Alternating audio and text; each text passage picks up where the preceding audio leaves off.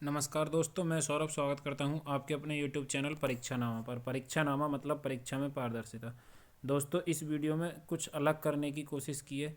मेरे पास दो ऑप्शन थे, या तो मैं जैसे मैंने पॉलिटी का आपको प्रैक्टिस सेट करवाएं ऐसे करवा दूं, या फिर इस वीडियो में जिस प्रकार मैंने बताया है इस प्रकार आपको बताऊँ। ये वीडियो सबसे अलग है और इसका टॉपिक है वर्तमान में क्यों कौन क्या।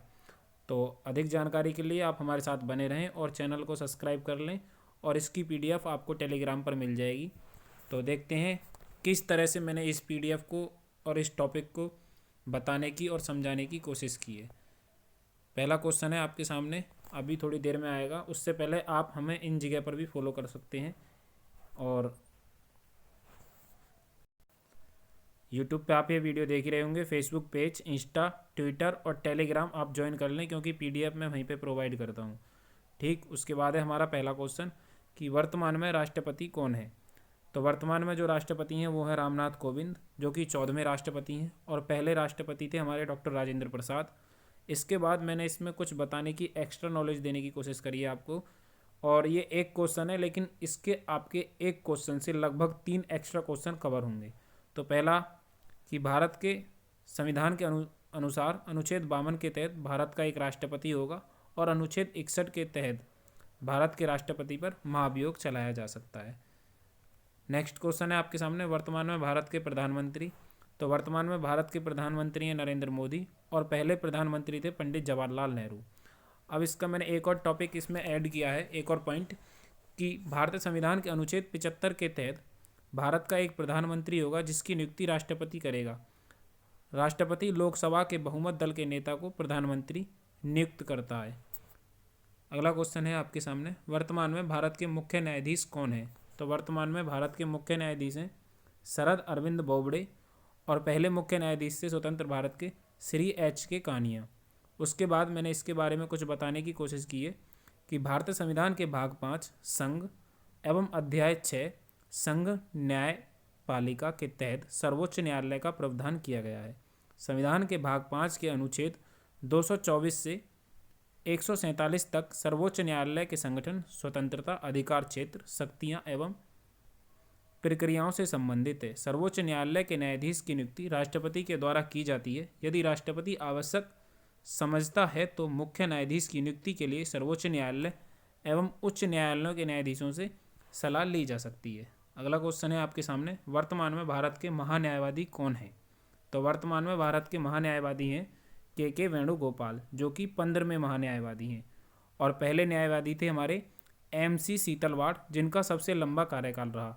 अब बात करते हैं भारत के अटॉर्नी जनरल, जिन्हें महान्यायवादी कहते हैं। भारत सरकार का मुख्य कानूनी सलाहकार होता है, और भारत के सर्वोच्च न्यायालय में सरकार का मुख्य वकील होता है। भारत के अटॉर्नी जनरल को संविधान की धारा 76(1) के तहत भारत के राष्ट्रपति के द्वारा नियुक्त किया जाता है, और वह राष्ट्रपति के प्रसाद प्राप्त अपने पद पर रहता है। इसे देश का सर्वोच्च कानून अधिकारी भी कहा जाता है। अगला क्वेश्चन है आपके सामने, 17वीं लोकसभा के स्पीकर कौन है। तो 17वीं लोकसभा के स्पीकर हैं ओम बिरला, जो कि 18वें हैं, और पहले लोकसभा स्पीकर थे गणेश वासुदेव मावलंकर। अगला क्वेश्चन है, वर्तमान में भारत के थल सेना अध्यक्ष यानी कि चीफ ऑफ आर्मी स्टाफ कौन है। तो ये हैं वर्तमान में जनरल मुकुंद नराणवे, जो कि 28 में हैं, और इसका गठन हुआ था 1 अप्रैल 1955 को। और प्रथम धारक थे जनरल राजेंद्र सिंह जडेजा। इनका कार्यालय दिल्ली के रायसीना हिल्स में स्थित है। केंद्रीय सचिवालय के साउथ ब्लॉक में है। इस पद पर नियुक्ति भारतीय राष्ट्रपति के द्वारा की जाती है। इस पद के कार्यकाल की समय सीमा अधिकतम 3 वर्ष या 62 वर्ष की आयु पूरी होने तक, जो भी पहले हो। अगला क्वेश्चन है आपके सामने, भारत के वायुसेना अध्यक्ष कौन है। तो वर्तमान में वायुसेना अध्यक्ष हैं air chief marshal Rakesh Kumar Singh Bhadauria, जो कि हैं 26 में, और हेडक्वार्टर है दिल्ली। तो एयर मार्शल अर्जन सिंह स्वतंत्र भारत के पहले एयर चीफ मार्शल बने। रिटायरमेंट के बाद पहले मार्शल ऑफ द एयर बने। उसके बाद 1 अप्रैल 1954 को प्रथम भारतीय, जो कि 43 वर्षीय एयर मार्शल सुब्रजीत मुखर्जी ने एयरफोर्स के चीफ ऑफ स्टाफ के रूप में वायुसेना अध्यक्ष का पदभार संभाला। अगला क्वेश्चन है आपके सामने, वर्तमान में भारत के नौसेना अध्यक्ष कौन है। तो वर्तमान में भारत के नौसेना अध्यक्ष हैं एडमिरल करम वीर सिंह, जो कि हैं 24वें।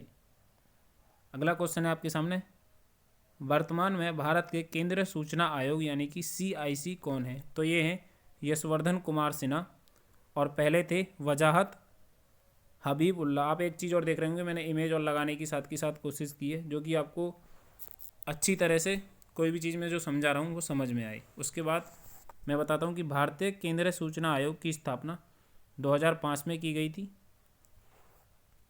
नेक्स्ट क्वेश्चन है आपके सामने, वर्तमान में केंद्र सत्कर्ता आयोग कौन है? तो ये हैं संजय कोठारी जी।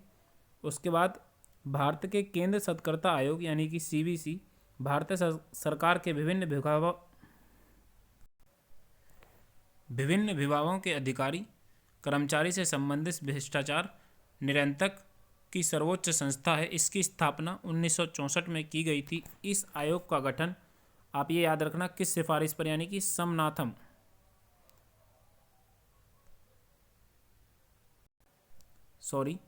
समथानम समिति 1962 और 64 के द्वारा की गई थी। राष्ट्रपति के द्वारा इसे अध्यादेश जारी करने के बाद 25 अगस्त 1988 से संवैधानिक दर्जा प्राप्त है। उसके बाद है अगला क्वेश्चन हमारा, वर्तमान में भारतीय रिजर्व बैंक के गवर्नर कौन है? तो ये हैं शक्तिकांत दास, जो कि हैं 25 में, और पहले थे ऑसबोर्न स्मिथ, और इसकी स्थापना हुई थी 1 अप्रैल 1935 के अधिनियम से 1937 में, और हेडक्वार्टर है मुंबई। उसके बाद वर्तमान में BCCI के अध्यक्ष कौन है? तो ये हैं सौरभ गांगुली, और पहले थे RV ग्रेट गोवन, जिसकी स्थापना हुई थी दिसंबर 1928, और इसका हेडक्वार्टर है मुंबई में। उसके बाद है वर्तमान DRDO के अध्यक्ष कौन है? तो इसके DRDO के अध्यक्ष हैं वैज्ञानिक डॉक्टर G सतीश रेड्डी, और DRDO की स्थापना हुई थी 1958 में, मुख्यालय नई दिल्ली, और DRDO की फुल फॉर्म होती है defence research and development organisation. उसके बाद है इसरो के अध्यक्ष कौन है? तो वर्तमान में इसरो के अध्यक्ष हैं के सिवन, और इसरो की स्थापना हुई थी 15 अगस्त 1969 को, हेडक्वार्टर बेंगलोर, और इसरो की फुल फॉर्म है Indian space and research organisation.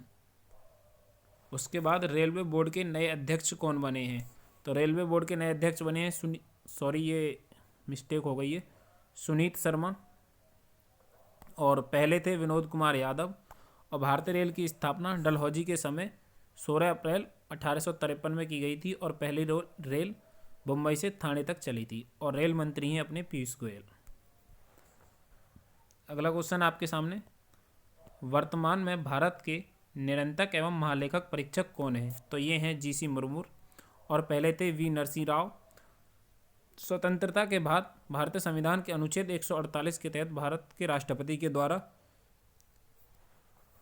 नियंत्रक एवं महालेखा परीक्षक की नियुक्ति की जाती है राष्ट्रपति के द्वारा। उसके बाद अगला क्वेश्चन है आपके सामने, नीति आयोग के अध्यक्ष कौन है? तो नीति आयोग के अध्यक्ष पदेन प्रधानमंत्री का पद है ये, और जो वर्तमान में नरेंद्र मोदी जी हैं वो हैं, और 15 मार्च 1950 को केंद्रीय मंत्रिमंडल के द्वारा पारित प्रस्ताव द्वारा योजना आयोग की स्थापना की गई थी, लेकिन इसको 13 अगस्त 2014 में समाप्त कर दिया गया, और इसकी जगह पर एक नीति आयोग की स्थापना की गई। इसका गठन हुआ 1 जनवरी 2015 को, और नीति की फुल फॉर्म होती है national institute for transforming India. अगला क्वेश्चन है आपके सामने, 15वें वित्त आयोग के अध्यक्ष कौन है? तो 15वें वित्त आयोग के अध्यक्ष हैं NK सिंह, और पहले थे KC नियोगी। इसकी स्थापना हुई थी 22 नवंबर 1951 को, और संविधान के अनुच्छेद 280 के तहत राष्ट्रपति 15वें वित्त आयोग का गठन किया था, और आयोग के अध्यक्ष NK सिंह को बनाया गया था। उसके बाद है आपका आज का लास्ट क्वेश्चन, लोक लेखा समिति के अध्यक्ष कौन है? तो ये हैं अधीर रंजन चौधरी। उसके बाद लोकसभा स्पीकर ओम बिरला ने कांग्रेस संसदीय दल के नेता अधीर रंजन चौधरी को संसद की लोकसभा समिति यानी कि PAC का चेयरमैन बनाया। संसद की ताकतवर माने जाने वाली इस समिति में चेयरमैन का पद परंपरा तौर पर विपक्ष के पास रहता है। अगली जो वीडियो आएगी इसका पार्ट 2 मैं उसमें बनाने वाला हूँ CBI, BSF, NCB, CRPF, ITBP और जितने भी अपनी अर्धसैनिक बल हैं और भी बहुत सारे हैं, उनके मुख्यालय, उनका गठन कब हुआ और उनके अध्यक्ष, इस पर जो वीडियो आएगी नेक्स्ट वो होगी। अगर आप इसका पार्ट 2 देखना चाहते हैं तो चैनल को सब्सक्राइब करें और कमेंट करके बताएं और हमारे साथ बने रहें। थैंक यू हमारे साथ बने रहने के लिए। और चैनल को सब्सक्राइब कर लें और बेल आइकन भी दबा लें साथ के साथ। और इसकी पीडीएफ के लिए आप टेलीग्राम ज्वाइन कर लें, वहाँ पर आपको इसकी पीडीएफ मिल जाएगी। थैंक्स।